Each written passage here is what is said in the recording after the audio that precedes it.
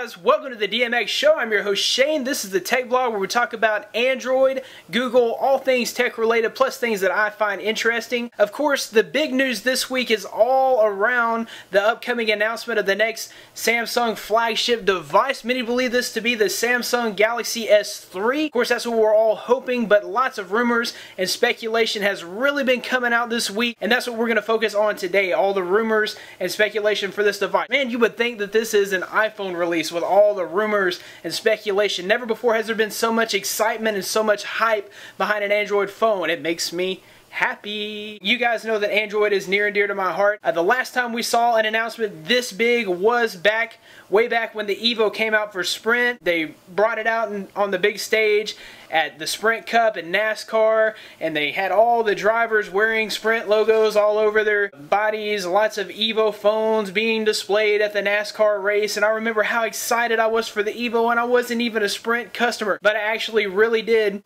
think about going over to Sprint from Verizon just to get that Evo phone. The thing looked so awesome. It was the first 4G LTE device, or I'm sorry, it was WiMAX, not LTE, excuse me. It was the first 4G device. It was running Android. I would have loved to have had that device. It was a big, huge screen. It was like nothing that I'd ever seen before. And this is the kind of feeling, this is the kind of passion that Android fans are having for this Samsung Galaxy S3. Lots of folks are talking about this device, so we're going to talk about some of the rumors, what's coming from this device, what's coming from Samsung. Lots of these rumors and speculations started hitting early this week when Samsung sent out invitations to all the tech people, and it just announced that they would be having an event in London on May 2nd. Now this led lots of folks to believe, this is coming from BGR sources, that this device, the Samsung Galaxy S3 or whatever it is to be called, would be the official smartphone of the Olympics. Now that's pretty awesome. That means it's going to get tons of publicity. It's going to get tons of advertisement time. It's going to be on TV all over the world. It's going to be in front of nations. Everybody's going to see this phone, and this thing is going to be hyped up in front of the entire world, which is really awesome for Android in my opinion. So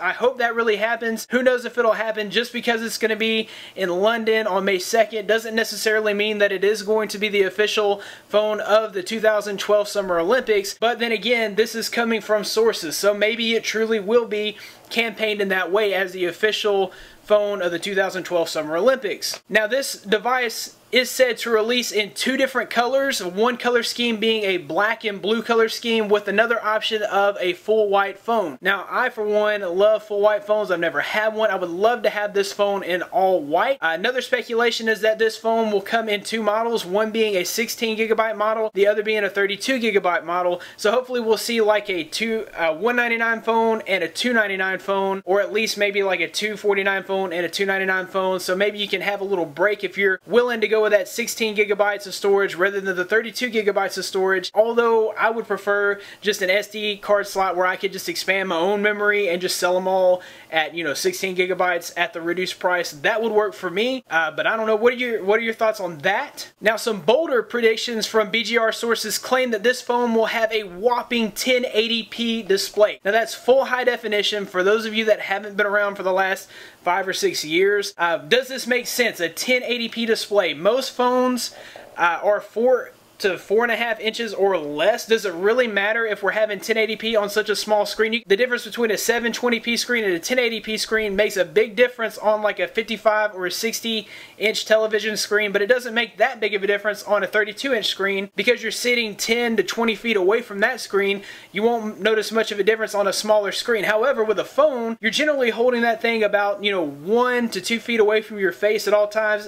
Sometimes 2 to 3 feet away from your face, just depending on the situation. So in my opinion, the jump from a 720p display to a 1080p display actually would be feasible. I feel like you really would see a difference. I take the Resound and put it up to a Retina display like what's on the iPad, the new iPad, and you will see a slight difference there. But that's just my opinion. I don't know, maybe you guys don't care, maybe you don't see much of a difference. That would be a big, huge leap from the previous Samsung Galaxy S2 model. That would be a tremendous leap in the screen specs for that. Another prediction is that this phone will be running the quad-core Exynos processor. Now Now that's a pretty big Whopping processor. It will be one of the first quad-core devices, certainly the first quad-core telephone from Samsung. Do we need 4 cores? If you're asking me, I would say the more power, the better. I would be super excited if this thing came with a quad-core processor that ran super fast. I mean, we do have Ice Cream Sandwich, right? And we got to prepare for Jelly Bean in the future. Plus, for most folks, when they're buying a phone, they're buying a phone to be in their pocket for 2 whole years. If you're in the US, maybe not if you're outside of the US, but especially in the US, you got to hold on to that thing for 2 years. So why not future-proof it, right? Hopefully this thing will come with that quad-core processor. Now, we can't get too excited about these rumors and this speculation because somebody from CNET said that sources were telling them that this would be more of a minor update. So more like an iPhone 4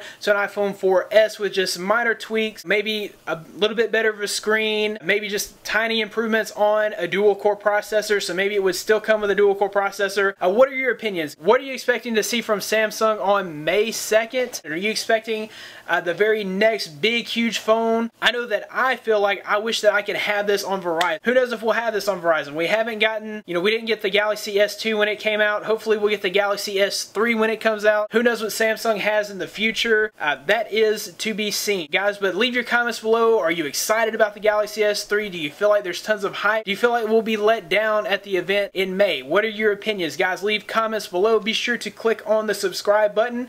Give this a big thumbs up if you liked it, and leave your comments below, guys. Head over to droidmodderx.com for the latest in news, all things Google and tech. Thanks, guys, for watching. I'll see you in the next one.